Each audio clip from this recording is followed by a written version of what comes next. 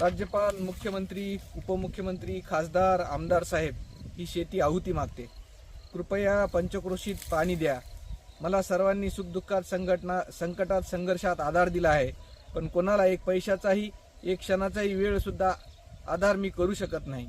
मी नेहमीच पश्चाताप होतोय, मन गुदमरतंय. कित्येकांना हिंमत देणारा मी आता पार हातबल झालोय, मानसिकरित्या खूप खचलोय. हे पत्र आहे कैलास नागरेंचं.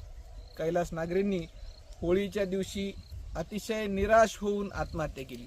खरं पाहिलं तर कैलास हा महाराष्ट्रातला एक तरुण होतकरू, महाराष्ट्र शासनाचा युवा पुरस्कार प्राप्त शेतकरी. आज मी त्याच्या शेतात आलोय.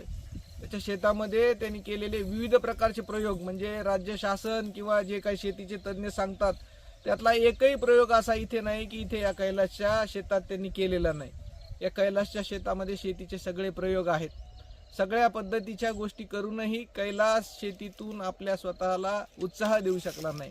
कैलासनी जीव दिला नाही भावांनो, कैलासनी बलिदान दिले. कैलासनं बलिदान कशासाठी दिलंय म्हणजे मला आता एवढा चिडचिड आणि संताप होतीये. कुठल्याच शेतकऱ्याच्या आत्महत्यावरती मी एवढा व्यथित झालो नाही किंवा एवढा मला संतापही आलेला नाही. आज मी कैलासच्या घरी गेल्याच्या नंतर, कैलासच्या लहान लेकरांच्या डोळ्यात पाहिल्याच्या नंतर